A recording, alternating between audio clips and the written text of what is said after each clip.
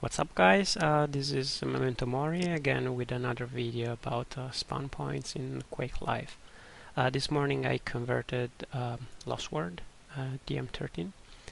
I think I did a better job because now I have like all layers separated. I can like remove the sky and then remove like models of the map, or even kind of floors if you want to just focus on parts of the map. This was just for me to be able to maybe visualize better the things. This process is somehow painful, but it's getting better, so I hope I will be able to do at least all of the dual map, so that maybe also other people want, if you want to use this data, I'm happy to actually share it. I won't put it online like publicly because I'm not allowed to share, but if you just want to use it, send me a private message and discuss. So back to the topic. Last time we saw Blood Run. Let me just switch to the fancy transparency visualization. I will remove the models. Just okay. Last time we talked about Blood Run. Now Blood Run only has 9 spawn points, and so we discussed how the system works. So just to recap, when the opponent dies and clicks to respawn, the system will pick your location, and then what it will do is that it will compute the distance to all of these spawn points, pick 50% of that, which in Blood Run was only 4. But in this map is much more, and then randomly pick among these one of the spawns. So I think somehow the spawn system may be a bit confusing from map to map, because and one of the reasons which I realize now looking at this data is the number of spawn points the map has. So if you have very few spawn points, of course spawn raping is easier, and now this map has plenty of them. It's really, I couldn't believe there were so many, so I had to open these on Radiant and really click over all of them to see how maybe some are excluded, some only are used for free-for-all or something like that. But as far as I can tell, no, they are all there for also dual. So this somehow should provide quite a different experience in terms of spawning. Just because of the sheer amount of these, it should be way harder to do spawn raping on this map. So we can just quickly go through all of these spawn points. So on the real bottom, like here, there is the red armor. You can see these 2 guys right there. Then in the middle floor, there are a bunch of them. So there is one here.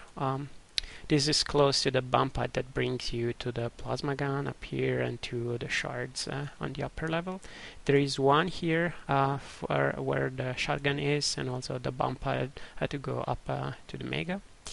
And then there are 2 basically, or one in the middle area here, and one in the circular stair room where the yellow armor is. All the other spawns, and it's plenty of them, I can't even count them, are on the top floor of the map. So basically in the central room there are these 4. It's like 2 in this platform here and 2 in this platform with stairs. Right next to it there is the yellow armor with 1 spawned right there, and then there are 2 in this plasma room here. Then if you go upstairs, there is another one here, and then another one here, and then another one here. So in general, tons of spawns. And in terms of spawn raping, so I'm not very familiar with this map. The only one I know is basically when you're at Mega here, you have a slight chance of the guy spawning there. But as you can see from the sheer number of spawn points, the probability of that happening is quite low. I mean, if you're here, you're probably selecting all these guys here. That's how many. It's like 5. It's 9 different spawns, so it's 1/9 in probability that the guy will spawn there. So it's somewhat rare. And yeah, I'm not really aware of any other kind of spawn raping situations in this map, and I would say one of the reasons is that they are less obvious. It's just again the big number of spawn points.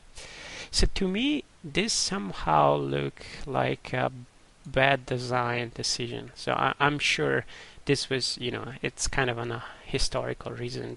When they created the map, they had something in mind, and then ZTN was an external guy who created another map and just decided to place less spawn points. But somehow this makes the whole experience a bit less consistent. Just because applying a certain rule will work, will produce kind of a different effect. With this high distribution, you rarely will have the player spawning close to you, as for instance happened in ZTN, which has relatively low number of spawn points. So I'm not very experienced. If you are in this map and you are aware of different kind of situations, please let me know. I'd like this series of videos to contain as much information as possible for everybody to share.